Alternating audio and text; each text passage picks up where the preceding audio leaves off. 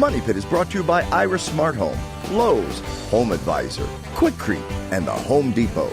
Now, here are Tom and Leslie. Coast to coast and floorboards to shingles, this is the Money Pit Home Improvement Radio Show. I'm Tom Kreitler. And I'm Leslie Segretti. Look around your home, look around your yard. One home improvement project that you want to get done, then pick up the phone and call us at 888-MONEY-PIT because we are here to help you do just that. Hey, coming up this hour, staying cool in the summer is not always easy, but whether your home has a complete central air conditioning system or maybe just a window fan, we're going to give you some no-cost to low-cost tips to help you stay cool and comfortable. Plus, if you're enjoying this beautiful weather, dressing up your outdoor patio or deck space can really help you enjoy it even more. We're going to have some tips and trends to help you step up that outdoor space, complete with couches, chairs, fireplaces. I mean, why not make it as beautiful as the inside? Plus, if you're a do-it-yourselfer, did you know that there's one simple mistake you might be making that could make your house a target for break-ins? We'll have that answer, plus tips to make your home more secure. Plus, thanks to the Home Depot, we've got a great power tool to give away today. It's the DeWalt 20-volt cordless combo kit with Tough Case worth $299. Give us a call right now at 1-888-MONEY-PIT or post your question to the Money Pit's community page at moneypit.com. Let's get to it. Leslie, who's first? Mary in Illinois is on the line with a painting question. How can we help you today? I want to paint a fireplace. It's brick, and just want to know if you can do that, first of all, and if there's a certain kind of paint you need to use. Has it been painted before, or is it natural brick? No, it's natural brick, original brick. Well, you certainly can paint it, but I would think very carefully before you do this, because once you paint, you have to repaint eventually. And fireplaces tend to get very dirty and very smoky, and they're hard to keep clean. If it's just the color that you don't like, there may be some ways to sort of decorate around that color, but I would really hesitate to tell you to paint it. We get a lot of calls from folks that are not happy with painted fireplaces. They want to know how to do the exact opposite, which is get the paint off. And once you paint, it's just really hard to do that. Okay, I was kind of worried about whether it would peel or when you say you just have to keep repainting because of... Well, paint over time is going to crack and dry out, and it will get so dirty just from, the exhaust and the use of the fireplace that you'll get sort of that haze around the upper portion of it, regardless of what type of screen you have.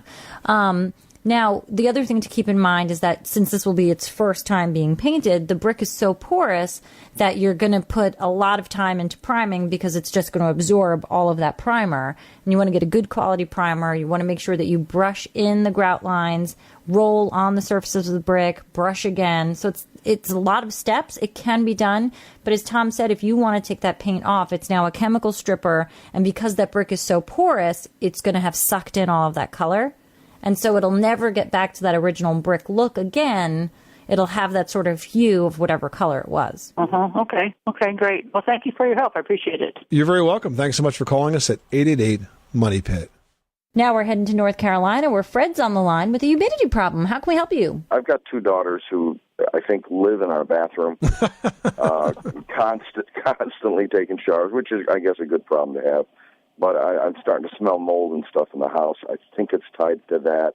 And before I even get into it, I figured I'd do the smart thing and call you guys. Well, bathrooms are sources of enormous humidity during those showers, those extended showers. Do you have a bathroom fan? Do you have a ceiling fan? I do, but it's ancient. Okay. Well, it should still work even if it's ancient. So here's a couple of things that you can do. First of all, make sure it's working. Make sure it's vented outside. That's important. Secondly, it's a good idea to run it for a good 10 or 15 minutes after the shower is completed and after you leave the room. There's actually a switch that can do that for you. It's made by Leviton, and it's a humidity sensor and fan control. And essentially the way it works is it does just that. It senses the humidity level inside the room and will automatically turn it off when the humidity goes down. Because if you can reduce the amount of moisture that's staying in that bathroom, you will dramatically reduce the amount of mold growth that you're getting on tile and other places. So I would suggest that you check the fan to make sure it's functional and operational, that you replace the light switch or the fan switch with the humidity sensor and fan control from Leviton, and then give your bathroom a good cleaning to get rid of all the debris and mold that might be there now. And I think you'll see a dramatic difference, because without that moisture sitting around for those long periods of time, you're just not going to have the same issues. And you know what, Fred, if this is a project you want to tackle yourself, but you're a little unsure, if you head on over to Leviton's website, right on the page with the humidity sensor and fan control, you'll find an installation video that'll talk you right through it. Okay. Well, that's why I call the experts. All right. Well, good luck with that project. Thanks so much for calling us at 888-MONEY-PIT. Give us a call with your home repair or your home improvement question 24 hours a day, 7 days a week. We're always here to lend a hand, and quite frankly, we love hearing what you guys are working on. So give us a call anytime at 888-MONEY-PIT. 888-MONEY-PIT is presented by Home Advisor, where it's easy to find top-rated home improvement pros for any project. Go to homeadvisor.com. Still to come, do you want to be cool and comfortable on a budget? We're going to have no-cost to low-cost tips to help cut your cooling costs next. The Money Pit is presented by Home Advisor. Find trusted home improvement pros for any project at homeadvisor.com. You live in a money pit.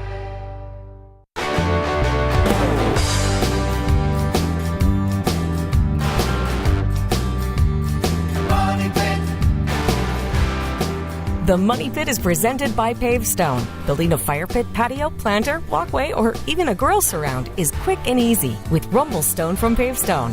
Look for Rumblestone at the Home Depot and visit pavestone.com for project ideas and how-to instructions. Where home solutions live, welcome back to the Money Pit Home Improvement Radio Show. I'm Tom Kreitler. And I'm Leslie Segretti. Call us right now at 1-888-MONEY-PIT, presented by Home Advisor.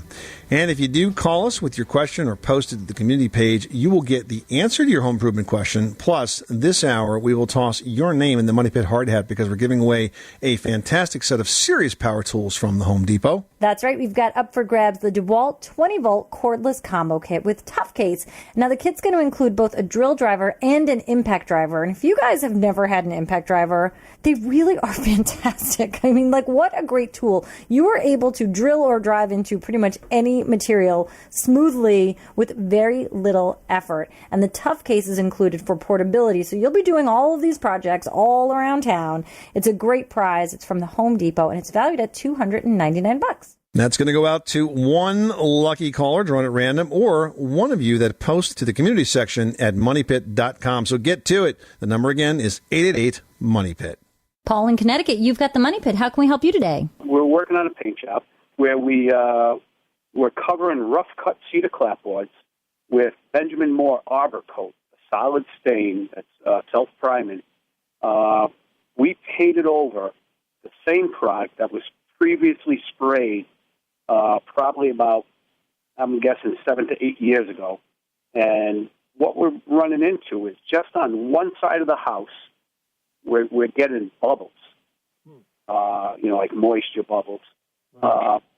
They receive, it's morning sun on that side of the house, but we've never seen a stain, a solid stain bubble up like that. We've seen it with paint, but not with a solid stain. Well, cedar has to breathe, and sometimes when they install cedar siding, they don't leave enough space under it for it to breathe, and so it tends to get clogged with moisture, and I've seen that lift stain before. You mentioned that you were using a product that both primes and stains. I am not a fan of doing that with a staining product. I just, in fact, repainted my entire cedar-sided house, and I did it the same way we did it over a dozen years ago, and that was we oil primed it first. We used an oil-based primer first because we had good adhesion with the oil-based primer, and it really stuck well to the cedar, and then we put the solid stain on top of that. So once the paint starts to bubble, anytime you have a failure of adhesion, there's no way to put that back together. If that continues to get worse, or if it looks bad enough already, you're going to have to take that stain off and start again, because you can't stick good paint over bad paint. If there's moisture in there, it's just going to lift that paint right off again. So sorry to be the bearer of bad news, but I wouldn't have done it that way. I would have used an oil-based primer first, and I would have put a solid color stain on top of it. Right. We're getting that just on one side of the house. Yeah, maybe it'll just end up being on one side of the house for whatever reason. But at least on that side of the house, you have to pull that stain off and start again, and scrape it and prime it properly with an oil-based primer, and then you can stain on top of that. What would you suggest for an oil-based primer? I think if you stay within one family of products, I would use the same oil-based primer that particular manufacturer makes for solid stain. But as long as it's oil-based and not acrylic or water or latex-based. So now to remove that stain that's on there now, you're going to lose that rough cut finish. Well, if you wire brush it, perhaps not. You may be able to pull it off with a pressure washer. It depends on how well adhered it is. I mean, when we did my project, we had an unusual problem with the shutters. We were using a product that the manufacturer said did not need to be primed, and it worked well, but it took a long time to cure. And so some of the shutters were sitting around for an extra week before we put them back up, and all the paint peeled off of those.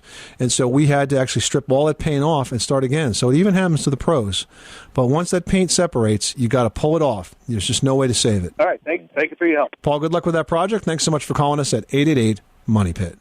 Now we've got Lisa in Tennessee on the line who's dealing with a home she bought without having an inspection first. Let's hear what's going on. Hi. Well, first of all, let me just clarify that my husband is the one who bought the home, and he bought it before we were married, so I just kind of inherited it whenever I moved in and married him.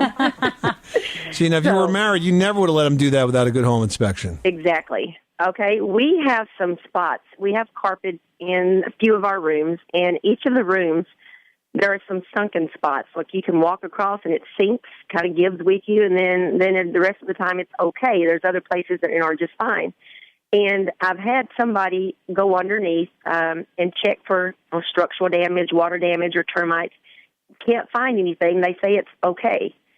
So beyond ripping up the carpet and just seeing what it is, do you have a suggestion on what that could be? Well, just to find the sunken spot, like when you step on it, is it soft or something like that? Yes, it's kind of spongy almost, like it just sinks, it gives with you. And you can get underneath and you can look up and you don't see any decay or anything of that nature? Well, as far as I know, now I've not been under, and my husband, we're not either one able to get underneath just due to health conditions, and so we've had others go under and look, and they've all said structurally, it looks sound. Didn't see any termite damage. We don't have any water damage underneath, so don't really know what it is that's causing it. In how many areas across the floor do you see these sunken spots? Well, you can't actually see them. It's just when you walk across them. But I would say you feel them. You feel them, exactly. I mean, I wonder if it's something as simple as the padding breaking down under the carpet. Maybe it's not a structural problem. Well, listen, the only way you're going to know is that we can't really guess. You're going to have to pull that carpet back. It's not a terrible project to pull wall-to-wall carpet up and then have it, re-tacked down. If you're really concerned about it, that's what I would do. Right. I've been looking to get new carpet anyway, so that might be a good excuse. Well, there you go. Now you got a great excuse. Okay. Hey, let me tell you something. When you pull that carpet up, Lisa, if you evaluate that floor, how old is this house? Oh, gosh. See, I'm not even sure. Probably back in the 80s. Okay, so it probably has a plywood floor, and it was nailed down if it was done in the 80s. What you want to do is you want to have the installer, or you can even do this yourself, take some drywall screws. Those are those long black case-hardened drywall screws. You drive them in with a drill driver, so you do it automatically, and you screw that plywood to the floor while the carpet's up, and that will quiet the floor and prevent any future squeaks that could occur. Okay, sounds great. Because the nails will loosen up over the last, 30-plus years. And once you have that carpet up, that's a golden opportunity to do that. All right, well, these are some things to definitely look at. Yes, sir. Thank you so much. Okay, thank you, Lisa. Well, whether your home has a complete central air conditioning system or perhaps just a window fan, staying cool does not have to cost a bunch. We've got some no-cost to low-cost tips to help you stay comfortable. Yeah, starting with inefficient windows. Roughly 40% of that unwanted heat that builds up in your home is coming through your windows. So you can update those with double pane windows that have low E glass. Now, the E is going to stand for emissivity, and that's what stands between you and all of that heat-producing UV radiation that's driving your cooling bills up and making your house feel warmer. All right, now you've heard it said a million times, right? It's not the heat, it's the humidity. But did you know there is something you can do about it? There is a product called a whole home dehumidifier. We're not talking about the dehumidifier that has a little plastic bucket that fills up with a little bit of water and you have to keep dumping it. No, this is a product that installs into the central system, and it basically pulls out moisture all day long. I know that there are dehumidifiers out there, whole home models, that can pull out like 100 pints of water a day. So definitely worth looking into if you live in an area of the country that's got high humidity. The other thing people should think about is landscaping. You guys, if you carefully position shade trees, that will help you stay cool in the summer, and it's going to save up to 25% of a household's energy consumption for both cooling and heating. On average, a well-designed landscape provides enough energy savings to return your initial investment in less than 8 years. Plus, it looks gorgeous. And while you're talking about landscaping, you also need to think about grading. So if you can keep the grading so that all the drainage conditions around the house are maintained, that's actually going to help you stay cool as well, because poor drainage leads to much higher moisture levels in the home, which leads to much higher humidity in the home, which means to much more misery in the home. Yeah, it's really true. I mean, you've got to really take care of all those conditions around your house. You know, besides those low-cost tips, there really are other things that you can do to stay cool in the summer while keeping those costs down, and these are free. You want to run appliances at night, especially those heat-generating ones like your clothes dryer or your dishwasher, or if you're going to clean the oven, do that at night. You want to close your storm windows even in the summer months. If you've got central AC or in rooms where you're running window units, that's an extra layer of insulation that's going to help keep everything cool. Yep, and if you've got ceiling fans, take advantage of their one energy-efficient feature, which is reversible motors. If you control the direction of the blades, you can use the fan to actually pull cold air up in the summer and then push that warm air down in the winter. So there you have it. If you want more tips on how to keep cool and comfortable on a dime, visit moneypit.com. Hi, Fred. Welcome to the Money Pit. How can we help you today? I have a standard toilet. House was built in 29, so it's, 80 years old? It's the type where the tank hangs on the wall, and then you have an L, and then you have, I guess, what do you call that, the bowl? And it started to leak, and so, the old metal was pretty corroded and everything, so we took everything out. We took the tank off the wall. The plumber, who I've been using for many years, cleaned everything up, went to the hardware store that handles these kind of fittings, and we just cannot get this thing to work. It leaks. Where does it leak? Does it leak at the base of the tank where the pipe connects? In both, yeah. Well, one time we did it, it leaked at the bottom of the tank. The other time it leaked when it went into the bowl. What kind of a washer are you using, or what kind of a gasket or seal are you using in those two places? Well, I don't know the technical names of it. The guy at they look like the same stuff we took off. I'm a musician. I'm not helping these things. Well, this shouldn't be that hard to accomplish, and it sounds like whatever they're using in that gasket space right there is not working. And look, if all else fails, you can simply use silicone here. You could apply the silicone. As you put this together, you seal all of those joints with silicone, let it dry. Try not to touch it until it dries, and then you can take a razor blade and cut off the excess nice and neat, and essentially make your own gasket. Yeah, the plumber mentioned something. He said the only thing is, if that thing fails and I'm not home, I'm going to have a house full of water. That's true. But the thing is, once it works, it usually works, continuously. It doesn't usually fail. If you get it right, it's not going to fail. Okay. Yeah, so, in other words, unless I can see some chips or damage on the porcelain or something like that, which I don't see, it should work. But I would take it apart and I would seal with silicone each connection as it goes together, so that you end up with a good compression of silicone around that. That's the solution. Okay. Good luck with that project. Thanks so much for calling us at 888 Money Pit.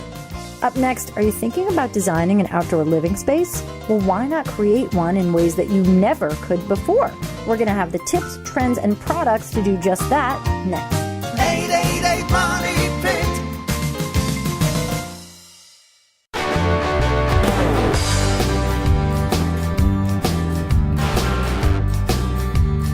Money Pit. The Money Pit is presented by Home Advisor. Find trusted home improvement pros for any project at homeadvisor.com. Making good homes better. This is the Money Pit Home Improvement Radio Show. I'm Tom Kreitler. And I'm Leslie Segretti. Well, expanding your outdoor living space to make it really feel like a true extension of your home's decor has never been easier, with dozens of new and very inviting products that are available now to help bring that space to life. Hila Roberts is the outdoor patio expert at the Home Depot and is here with the trends and tips to make sure your space is looking good this weekend and throughout the rest of the year. Welcome, Hila. Thank you so much for having me. So we call it outdoor living, but I guess what we're really talking about here is taking the living room outside, complete with couches, chairs, and a fireplace. My buddy has an outdoor TV, so electronics can be included as well, right? You're exactly right. What we've found is that when our customers and anyone who's decided to put a patio set out in their backyard, they basically said, I'm going to create an outdoor room, and I'm going to decorate it just like I would my living room. So when you put a sofa and a love seat in your living room, you're not just sticking a sofa and a love seat there. You've got rugs, you've got lamps, you've got TVs. Well, they're doing the same thing outdoors, and Home Depot is your one-stop shop for everything you need, whether it's a seating set, a dining set, umbrellas, lights. We have everything you could possibly need to really create that outdoor room and make it an extension not only of your home but of yourself. Well, I can vouch for that because I've been to your spring preview, and you do have an amazing assortment of products that can make that space look fantastic. But before we go there, when we talk about couches and chairs, of course, people think, well, how can I put that stuff outside? Is it going to get wet? Can you talk a little bit about the durability of those products and how it changes from what you might see inside your house? Oh, great question. So there's, you definitely want to use different fabrics when you move from obviously the inside of your home to the outside of your home. And then it really depends on how much you want to maintain it. So for example, you can use an olefin fabric, which is a great outdoor fabric, won't fade for up to 2 years. You'll probably want to store it when it rains, as it will get wet. But then what I always recommend to folks, I think this gives you the most bang for your buck, would be to use a Sunbrella fabric. Sunbrella is an acrylic. It actually has a 5-year warranty against fade resistance. And so over time, you can leave it outside in the hot sun or in the elements, and really you won't see any fade for at least 5 years. And it's just a great upgrade from a regular olefin, which is a great performer outside, but Sunbrella is just the top performance fabric. Healy, you have so many choices these days when it comes to outdoor design and designing exterior rooms. So what really are the trends that you're seeing, as far as color palettes and design styles? Where are people going with these designs? Folks just always love color outside, but then also neutrals are starting to make a comeback. We've seen a lot of popularity outdoors in our reds, so both a deeper traditional chili as well as a really bright ruby, which appeals not only to your more traditional customer but even to our millennials. And we've brought that in a couple of ways, both in our cushions as well as in our mix and match program. And then when it comes to neutrals, we've seen a lot of popularity in whether it's a saddle color, which is more of a brown, or an oatmeal, which is just a lighter neutral. And then customers have bought accent pillows to offset those, to add those pops of colors against the neutrals. So again, it's really about personalizing and what you'd like to see outdoors, but it's a fun way, whether it's just through the cushion itself or through an accent pillow, to kind of bring that color to the outdoors. We're talking to Gila Roberts. She is the outdoor patio expert for the Home Depot. And I guess it really just comes down to mixing and matching from these different lines, because it sounds like you really can't go wrong. That's exactly right. So we have a couple programs that allow customers to really personalize their patio. You never want to look like the guy or gal next door. So we've got a program we call actually Mix and Match. In store, there are 15 chairs and 14 tables that make over 100 combinations of seating and dining. There is something for everyone to match your space, your style, and your budget. And what we've done here is we've taken the frames of all these chairs and tables and made a match. So you don't have to be a designer to create a set for yourself. All you do is say, what chair do I like? What table do I like? What fits my space? And we've got it for you. And it ranges from as low as $79 to a 7-piece set that can be as high as $398. And that has taken off because of that personalization. Now, as we move into the evening hours, I think lighting plays such a huge part in exterior design. And there's been so many advancements as far as the light quality and the design with LED lighting options. So can you talk about some of that? Lights are a great way to extend the use of your patio set. If you're going to spend the money, you want to use it not just during the day, but even at night. And I know a lot of folks, myself included, who like to have dinner outside or enjoy, and relax outside after the kids have gone to bed. So you can use some regular non-LED lights that work great just because you're using them seasonally. We have some great heavy-duty string lights.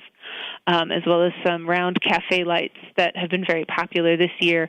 And then, yes, the same upgrades you might see in Christmas lights or indoor lights, we have then brought into the LED world.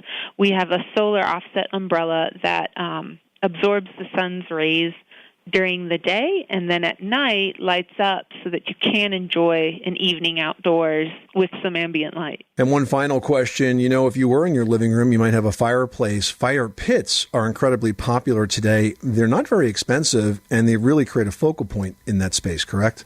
Oh, completely agree, yes. Outdoor fire, whether you read the magazines or if you sit in my chair and you see how customers are reacting, has just been, very popular over the past 18 months. And this is, again, another way to extend the use of your patio, whether it's in the evening when it cools down, depending on where you live, or to enjoy it earlier in the spring or later into the fall. A couple of items I like. We have our Crossfire fire pit, which you can actually grill steaks on during the day and make s'mores on at night. It has a kind of a grill plate on it, which is really cool. And then Tipton, which is a large bowl fire pit. It is 34 inches and very deep. And we see that customers like kind of having that big area of fire to really kind of enjoy the heat, have it last longer. And then the last one I'm very excited about is the Cross Ridge. This is a gas fire pit with a tabletop for $199, which is an incredible value. It's basically you take the same tank you put onto your grill, and there's a door underneath this fire pit that you can screw that same propane tank, and it'll give you hours of enjoyment outside, both heat, right, and light. Fire table sounds very exciting. Heather Roberts, the outdoor patio expert from the Home Depot, thank you so much for stopping by the Money Pit. Great tips, great trends, great advice. Thank you. You are listening to the Money Pit Home Improvement Radio Show. Give us a call now at 888-MONEY-PIT, presented by Home Advisor, where it's easy to find top-rated home improvement pros for any project. Go to homeadvisor.com. And just ahead, summer is the season when most home break-ins take place. And if you're a DIYer, you might be making a very simple mistake that can make your home an even bigger target. Learn what that is next. You live in a money pit.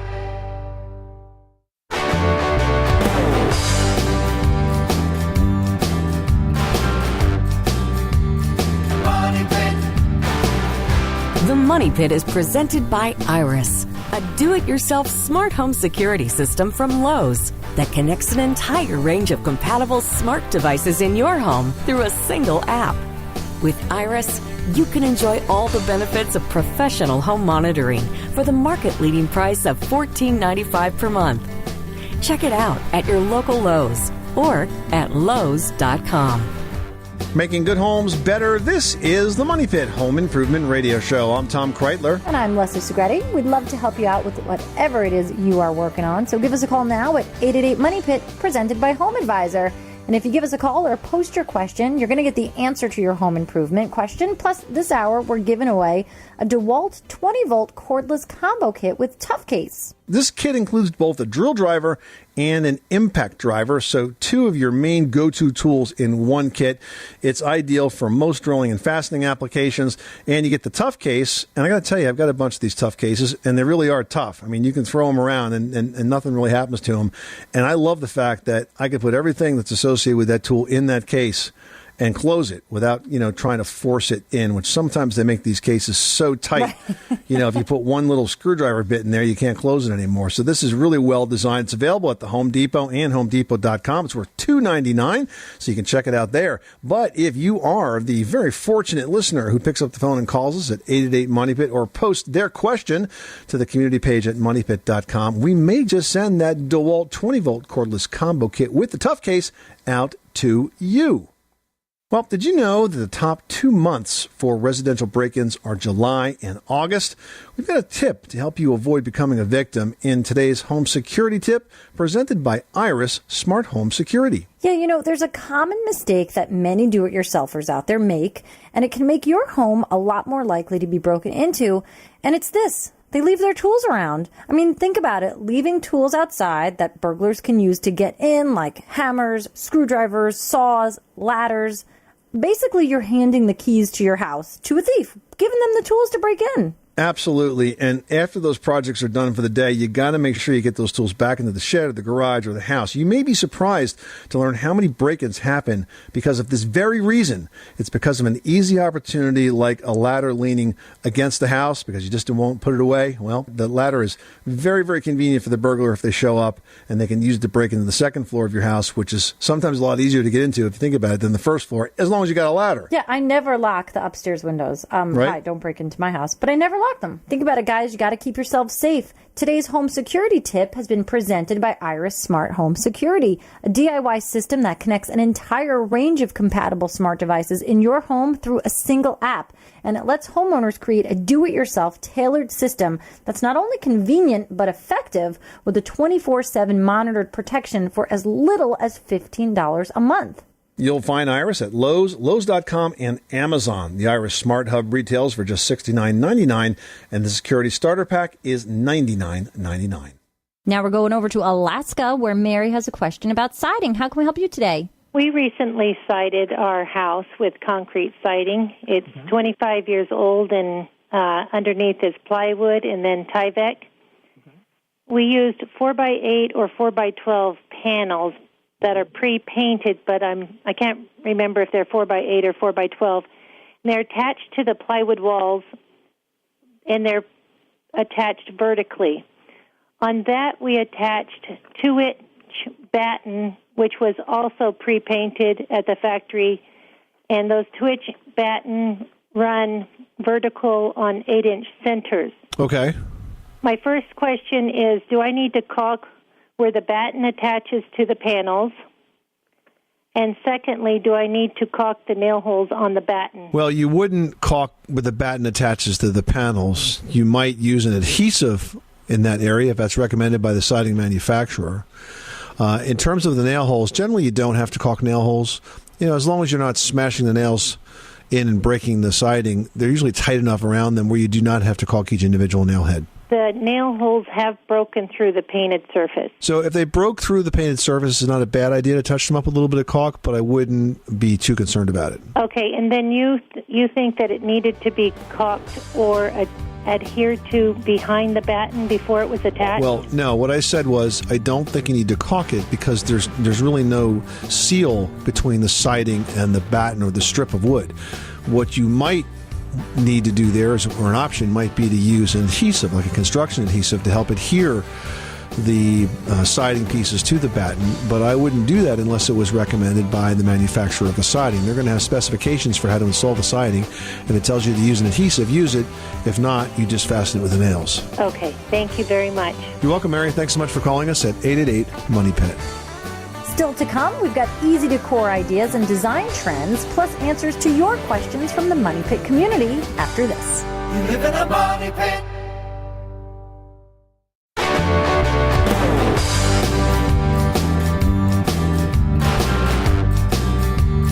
Money Pit. The Money Pit is presented by Home Advisor. Find trusted home improvement pros for any project at homeadvisor.com.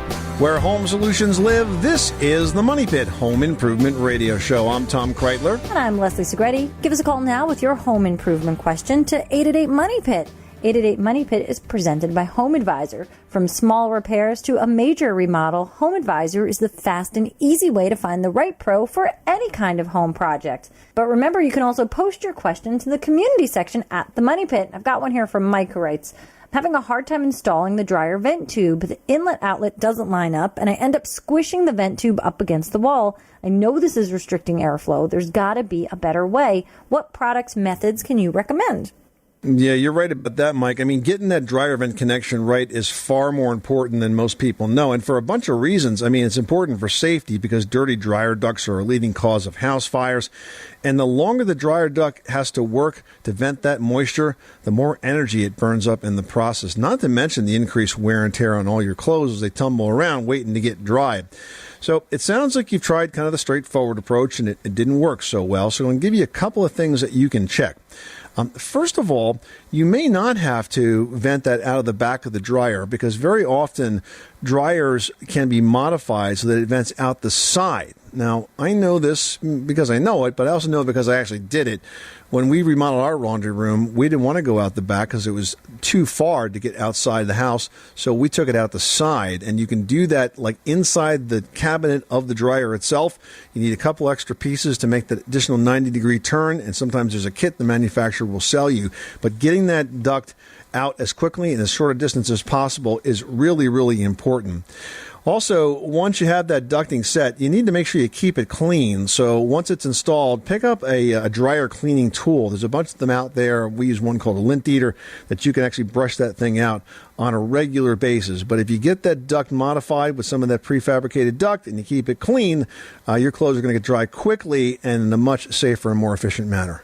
And you'd be surprised when you clean out those dryer vents how much lint comes out of them. It's amazing. You'll be like completely dumbfounded the first time you do it.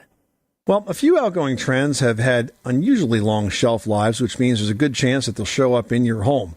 To discover what those are and how to update them on a budget, Les has got tips to help you discover what they are and how to update them on a budget in today's edition of Leslie's Last Word. Leslie? Yeah, gallery walls, those walls in your home that is covered with frames and artwork, it's a design craze that's been around for a while now. And while we still love them, it's kind of becoming yesterday's news. You know what's taking their place? Supersized art and photos that cover a wall in one fell swoop. Now, if you've got a hard time parting with some of those smaller prints, fear not. Displaying smaller pieces on desks and bookshelves, even pianos or side furnishings, those are really very much in. Or you can have your favorite small print blown up to fit the entire wall. And there's good news for anyone whose kitchen cabinets have seen better days. Open shelving, it's in for kitchens. You can remove those cabinet doors, organize what's inside, even lay shelf paper or wallpaper on the interior to sort of hide that and create a beautiful design piece. Get on board with this trend. It's going to buy you a few more years until you need to decide whether to replace or refinish your cabinets altogether. And bright interior colors, that's not going away. They're just making their way to trim and molding as well. So you can consider going neutral on the walls and then painting the trim or crown the color of your choice instead. And if there's one hot design and architecture trend that swept the nation in the early 2000s, it was exposed brick. Well, give yours a modern touch with a few coats of paint. Gray and white are the go-to colors for painting brick, but a pop of brightly colored brick can have quite the same effect too. Good advice. This is the Money Pit Home Improvement Radio Show. Coming up next time on the program, if you've ever had to pay a high electric bill, you can understand why turning to the sun might be a great way to cut those costs. Our friend Richard Trethewey, the plumbing and heating contractor on This Old House, is going to join us next week with some expert advice to help you go solar. I'm Tom Kreitler. And I'm Leslie Segretti. Remember, you can do it yourself, but you don't have to do it alone. You live in a money pit.